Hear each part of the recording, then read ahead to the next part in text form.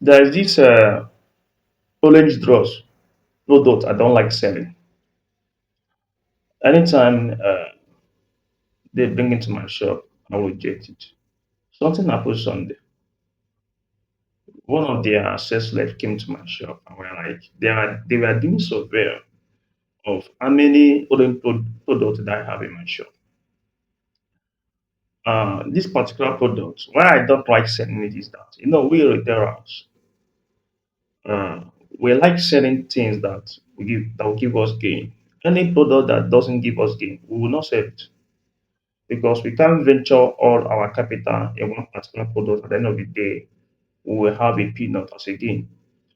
Then these guys came to my shop. They were like, "Why is it that you're not selling this particular product?" I told them, "I don't have. You guys design it in a way that instead of you to give us in a way that we, the retailers, will say it and have gain, but you guys will put it in a situation whereby we can't have much gain. I don't like selling it." After 2 weeks, they came back. They brought a very big bowl and asked me if I can buy that product. They will give me this bowl. The thing was so enticing that I checked the quality of the bowl. The quality was very high. I bought their product. They gave me the bowl. Now, the thing forced me to start selling that product because they have already enticed me with that bowl. Then, on the line of selling that product, I got a customer that constantly comes to my shop to pick that product. I got this particular customer that like that product. Now, the customer keep on coming to my shop. This moved me to continue buying the product because of that particular customer that comes to my shop to buy it. Now, this is orange dross. On and on, I don't like selling it as I said before, but they pushed me to start selling the product because of what they gave me as an enticing gift, which I know. I don't know whether they add the money inside the gift or I don't know how they did it, but it was so enticing that I can't say no. Now, one thing I want us to know is that customer satisfaction should not be our priority.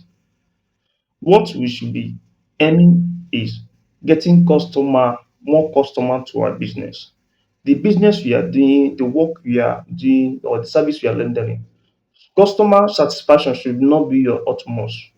What should be your utmost desire is for you to get more customer acquisition, because if you fully depend on customer satisfaction, you will not go far because not everyone will like what we are doing. Now, the more you are getting more customer to yourself, you will discover that there are people that will like what you're doing, despite what the service you are rendering, whether is it poor or not. I'm not encouraging you rendering service that is poor, but as I already taught us before, that whenever you are trying to increase the price of what you are saying, you have to increase the value or the service you are rendering to people. Now, your priority should not be you satisfying your customer because if your topmost priority is for you to satisfy your customer, you're not going to go find business. What you should aim is getting more customer acquisition, get more customers. The way your product can enter into the market so that everyone will see your product. Because if you keep on doing that, let me get more customer, let me get the customer satisfaction. It will not work. Okay, see what this guy did. They knew that I don't like selling the product because I told them the price is always high and they have designed in a way that I can't have gain. They strategize a way for them to sell that product to me. Then force me for me to start selling the product. What should be your, because if they keep on looking at, okay, this guy don't want to sell our product, let me find a way to, but they gave me the product and give me an incentive that will make me to sell the product. Customer satisfaction should not be your top priority. There are people that will appreciate your effort. What should be your priority is who are not buying your product.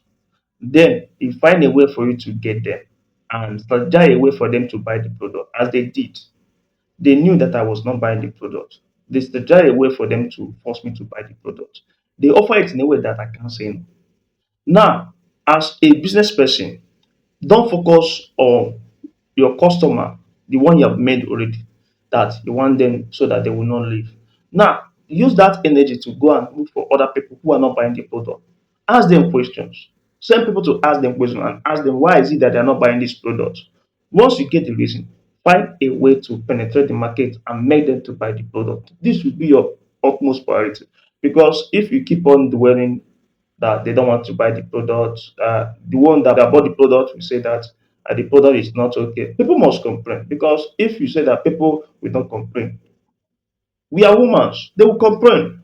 Even though you do something that is good, you will see some few people that will complain. It's better that you get a very good number of customers. From them, there are some people who are going to appreciate your effort. There are four things you need to bear in mind in this. One is that getting customers, which is customer acquisition. Two, making your customer to be loyal to you. Make sure that anytime they want to come and buy this product, they will come to your shop. That is your second priority. And again, making them to spread the news. Urge them so that they will spread the news. The last one you're going to prioritize is making them to be okay with your product, like customer satisfaction. Customer satisfaction should not be your priority. It should be the fourth thing you should be bothering on.